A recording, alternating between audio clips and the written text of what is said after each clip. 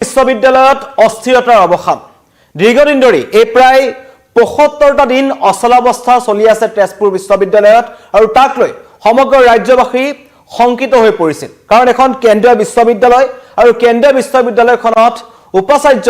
শম্ভুনাথ সিঙৰ বিৰুদ্ধে যিবোৰ অভিযোগ উত্থাপন হৈছে যিবোৰ কুকীৰ্তিতা উত্থাপন কৰিছে ছাত্ৰ সমাজে বিভিন্ন ধৰণৰ অভিযোগ উত্থাপন কৰিছে লগতে শিক্ষক সমাজে মুকলিকৈ এজন উপাচাৰ্য শম্ভুনাথ সিঙৰ বিৰুদ্ধে প্ৰতিবাদত বহিছিল আৰু ছাত্ৰ সমাজ আৰু শিক্ষক সমাজৰ প্ৰতিবাদৰ অন্তত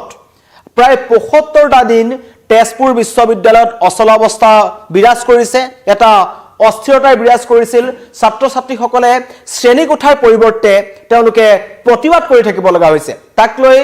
তীব্ৰ প্ৰতিক্ৰিয়াৰ সৃষ্টি হৈছিল ৰাজ্যসভাত সাংসদ অজিত কুমাৰ ভূঞাই এই কথাটো উল্লেখ কৰিছিল যে অসম চুক্তিৰ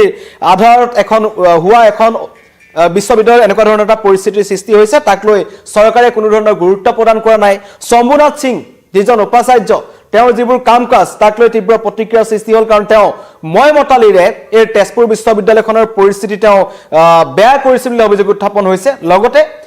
তেওঁ এনেকুৱা মই মতালি কৰিছিল যে কাৰো কথা নুশুনে অন্য নালাগে জুবিন গাৰ্গৰ শ্ৰদ্ধাঞ্জলি অনুষ্ঠানৰ দিনাখন 19 ছেপ্টেম্বৰৰ দিনটোত নিখালৈ তেজপুৰ বিশ্ববিদ্যালয়ৰ চহৰত যেটো পৰিস্থিতিৰ সৃষ্টি হ'ল সেই কথা কিন্তু কোনো অসমবাসীয়ে বিচৰা নাছিল আৰু কাহিনীৰ পৰিকল্পনা কৰিব পৰা নাছিল কাৰণ জুবিন গাৰ্গৰ শ্ৰদ্ধাঞ্জলি অনুষ্ঠান পাতিবলৈ দিয়া নাছিল এজন বিতৰ্কিত উপাচাৰ্য শম্ভুনাথ সিঙে আৰু এই শম্ভুনাথ সিঙৰ বিৰুদ্ধে খুবৰ উদ্গীৰণ কিন্তু আগৰ পৰাই হৈ আছিল কাৰণ তেওঁৰ দিনত তেজপুৰ বিশ্ববিদ্যালয়ত দুৰ্নীতিৰ অভিযোগ আছে ধন আত্মসাতৰ অভিযোগ আছে আৰু বিশেষকৈ তাত থকা তেওঁ নিজৰ ময়মতালিৰে খেয়াল খুচি মতে একাংশ কাম কৰা অভিযোগ উত্থাপন হৈছিল যাৰ তীব্ৰ বিৰোধিতা কৰি আছিল ছাত্ৰ সমাজে কিন্তু এই জুবিন গাৰ্গৰ মৃত্যুৰ পাছত অনুষ্ঠান পাতিবলৈ নিদিয়া শ্ৰদ্ধাঞ্জলি অনুষ্ঠান পাতিবলৈ নিদিয়া ঘটনাটো যেন জুই বেছিকৈ বিয়পি পৰিছিল তেওঁক এক প্ৰকাৰ খেদি লৈ গৈছিল ছাত্ৰ সমাজে তাৰ পাছতে এই তেজপুৰ বিশ্ববিদ্যালয়ত এটা অচলাৱস্থাই বিৰাজ কৰিছিল আৰু ছাত্ৰ ছাত্ৰীসকলে ধাৰাবাহিক প্ৰতিবাদ অব্যাহত ৰাখিছিল মই কৈছোৱে ৭৫টা দিন উপাচাৰ্যবিহীনভাৱে তেজপুৰ বিশ্ববিদ্যালয় পাৰ কৰিব লগা হ'ল আৰু তাৰ মাজতে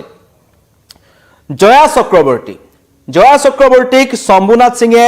নিযুক্তি দিছিল অস্থায়ী উপাচাৰ্য ৰূপে আৰু তাত তীব্ৰ বিৰোধিতা আছিল ছাত্ৰ সমাজ আৰু শিক্ষক সমাজৰ তেওঁলোকৰ এটাই কথা যে শম্ভুনাথ সিঙে যাক নিযুক্তি দিছে তেওঁৰ দিনতো একেটাই হ'ব কোনো ধৰণৰ বেলেগ পৰিবেশৰ সৃষ্টি নহয় এনেকুৱা ধৰণৰ মন্তব্য কৰি আহিছিল আৰু তাৰ মাজতে কালি তীব্ৰ প্ৰতিক্ৰিয়া সৃষ্টি হ'ল আৰু ৰাতিৰ ভাগলৈ তেজপুৰ বিশ্ববিদ্যালয়ত তীব্ৰ প্ৰতিবাদৰ সৃষ্টি হৈছে এয়া হৈছে তেজপুৰ বিশ্ববিদ্যালয়ৰ দৃশ্য দেখুৱাইছো এদৰে ছাত্ৰ সমাজে তীব্ৰ প্ৰতিক্ৰিয়াৰ সৃষ্টি কৰিছিল তেওঁলোকে এদৰে প্ৰতিবাদ কৰি আছে আৰু প্ৰতিবাদৰ মাজতেই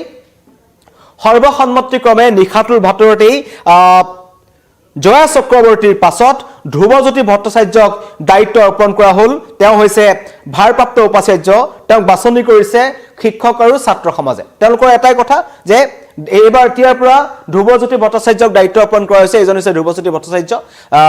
তেজপুৰ বিশ্ববিদ্যালয়ৰ তেখেতক দেখা গৈছে তেওঁৰ এতিয়া ভাৰপ্ৰাপ্ত উপাচাৰ্যৰ দায়িত্বত থাকিব যেতিয়ালৈকে এই সমগ্ৰ প্ৰক্ৰিয়াটো বা যেটো বিতৰ্ক চলি আছে শম্ভুনাথ সিঙক লৈ তেওঁকটো আঁতৰি যাবলৈ কোৱা হৈছে কিন্তু তেওঁ দায়িত্ব এৰি দিয়া নাই এতিয়াও খামুচি ধৰি আছে আৰু তাৰ মাজতেই ছাত্ৰ সমাজ আৰু শিক্ষক সমাজৰ সৰ্বসন্মতিক্ৰমে তেজপুৰত বিশ্ববিদ্যালয়ত এজনক অস্থায়ী উপাচাৰ্য ৰূপে দিয়া হৈছে কাৰণ জয়া চক্ৰৱৰ্তীক প্ৰত্যাখ্যান কৰিছে জয়া চক্ৰৱৰ্তী নহব আৰু তেওঁক দায়িত্ব অৰ্পণ কৰাৰ পাছতেই ধ্ৰুৱজ্যোতি ভট্টাচাৰ্যক দায়িত্ব অৰ্পণ কৰাৰ পাছতেই শিক্ষক সমাজৰ মাজত এটা উৎসাহ দেখিবলৈ পোৱা গৈছে তেওঁলোকে কৈছে যে এটা ভাল ফলাফল ওলাব এই ৭৫ দিনীয়া যে এটা প্ৰতিবাদ হ'ল আৰু তেজপুৰ বিশ্ববিদ্যালয়ত এনেকুৱা ধৰণৰ প্ৰতিবাদ আগতে হোৱা নাছিল ৭৫টা দিন এখন বিশ্ববিদ্যালয়ত শ্ৰেণী কোঠাত পাঠদান হোৱা নাই কেৱল প্ৰতিবাদ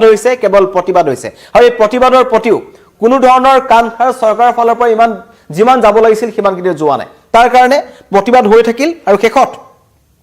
দুবাৰকৈ বিশ্ববিদ্যালয়খনৰ ভাৰপ্ৰাপ্ত উপাচাৰ্যৰ দায়িত্ব গ্ৰহণ কৰিছিল ধ্ৰুৱ ভট্টাচাৰ্যই আৰু সেই ধ্ৰুৱ ভট্টাচাৰ্যকে দায়িত্ব অৰ্পণ কৰা হৈছে আৰু পুনৰ নিখাৰ ভাগতেই শিক্ষাৰ্থী সমাজে প্ৰতিবাদ সাব্যস্ত কৰিছিল আৰু এই তেজপুৰ বিশ্ববিদ্যালয়ৰ যি ধাৰাবাহিক প্ৰতিবাদ চলি আছে ৭৫টা দিনৰ যি প্ৰতিবাদ চলি আছে আমি প্ৰতিটো মুহূৰ্তৰ খবৰ নিউজ 18 অসম নৰ্থ ইষ্টত আমি জনাই আছো যে কেনেকৈ এখন বিশ্ববিদ্যালয়ত এটা দীৰ্ঘদিনীয়া অচলাৱস্থা চলি আছিল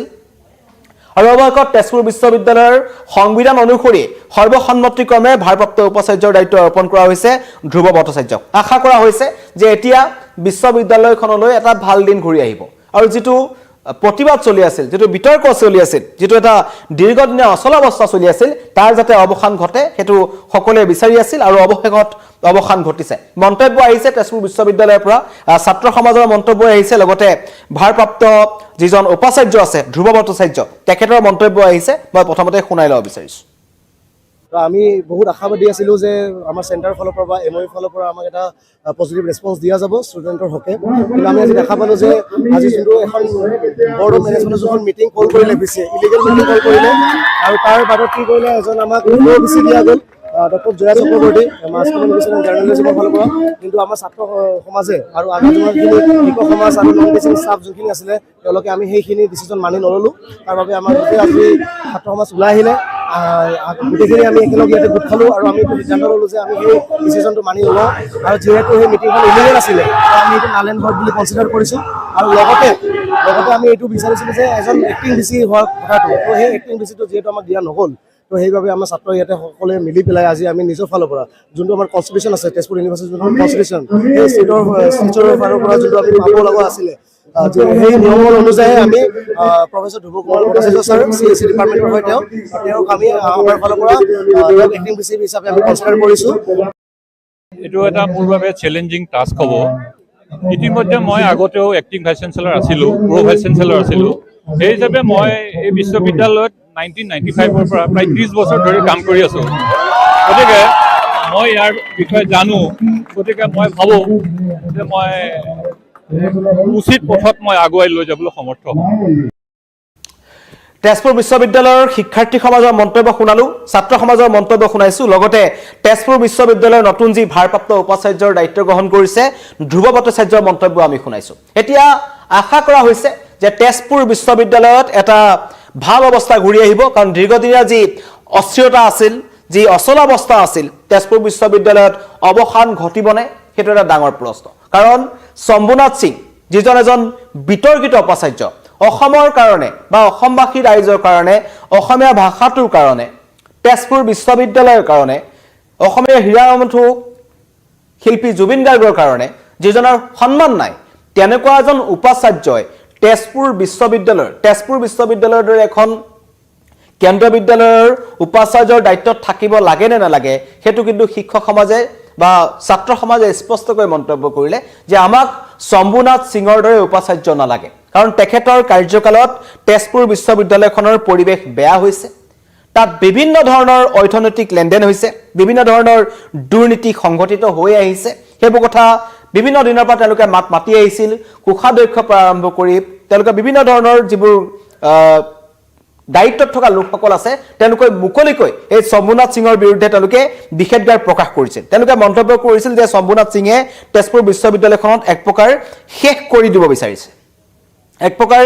শেষ কৰি গৈছে বুলি তেওঁ মন্তব্য কৰিছে। আৰু তাৰ পাছতেই তেওঁ নিযুক্তি দিছিল অস্থায়ী উপাচাৰ্য জয়া চক্ৰৱৰ্তী, আৰু জয়া চক্ৰৱৰ্তীৰ নিযুক্তিটো তীব্ৰ বিৰোধিতা আছিল শিক্ষক আৰু ছাত্ৰ সমাজৰ। তাৰ কাৰণে কালি গোটেই নিশা তাত প্ৰতিবাদ কৰা হ'ল, প্ৰতিবাদৰ অন্তত সেৱা মানিবলৈ বাধ্য হ'ল, আৰু তাৰ পাছতেই ধ্ৰুৱ ভট্টাচাৰ্যক ভাৰপ্ৰাপ্ত উপাচাৰ্যৰ দায়িত্ব অৰ্পণ কৰা হ'ল। এতিয়া আশা কৰিব পাৰি যে তেজপুৰ বিশ্ববিদ্যালয়লৈ পুনৰ এটা ভাল দিন ঘূৰি আহিব, যি ৭৫ দিনীয়া অচলাৱস্থা কৰিছিল। মই ইতিমধ্যে কৈছোঁ 19 ছেপ্টেম্বৰৰ দিনটোৰ পাছতেই কিন্তু কালিকা লাগিছিল তেজপুৰ বিশ্ববিদ্যালয়, কাৰণ তাৰ আগৰ পৰাই প্ৰতিবাদ চলি আছিল। কিন্তু জুবিন গাৰ্গৰ শ্ৰদ্ধাঞ্জলি অনুষ্ঠান পাতিবলৈ নিদিয়াক লৈ তেজপুৰ বিশ্ববিদ্যালয়ত উপাচাৰ্যৰ সৈতে ছাত্ৰ সমাজৰ যিটো খেদাখেদিৰ দৃশ্য ভাইৰেল হৈছিল, তাৰ পাছতেই কিন্তু সকলোৰে চকু কপালত তুলিছিল যে তেজপুৰ বিশ্ববিদ্যালয়ত এনেকুৱা ধৰণৰ ঘটনা সংঘটিত হৈ আহিছে। তাৰ পাছতেই কিন্তু ছাত্ৰ সমাজে মুকলিকৈ প্ৰতিবাদ কৰিবলৈ আৰম্ভ কৰিছিলে। শেহতীয়াকৈ আমি দেখিছোঁ যে অসম সাহিত্য সভাৰ প্ৰতিনিধি এটা দলো তাত উপস্থিত হ'ল, লুৰিণজ্যোতি গগৈকে আৰম্ভ কৰি বিভিন্ন ধৰণৰ দল সংগঠন তালৈ গৈছে, কিন্তু কোনো ধৰণৰ এটা সমাধান সূত্ৰ ওলোৱা নাছিল। আৰু অৱশেষত আশা কৰা হৈছে যে ছাত্ৰ সমাজ আৰু শিক্ষক সমাজৰ সৰ্বসন্মতিক্ৰমে যিহেতু এজন উপাচাৰ্যক ভাৰপ্ৰাপ্ত উপাচাৰ্যৰ দায়িত্ব দিয়া হৈছে, তেওঁ আগতেকৈ দুবাৰ ভাৰপ্ৰাপ্ত উপাচাৰ্যৰ দায়িত্ব গ্ৰহণ কৰিছিল ধ্ৰুৱ ভট্টাচাৰ্য, যিজনক ভাল পাইছে ছাত্ৰ সমাজে, সন্মান কৰে ছাত্ৰ সমাজে। তেনেকুৱা এজন উপাচাৰ্যৰ নেতৃত্বত তেজপুৰ বিশ্ববিদ্যালয়লৈ পুনৰ ভাল দিন ঘূৰি আহক, তাৰে কামনা কৰিছে সকলো। ধন্যবাদ।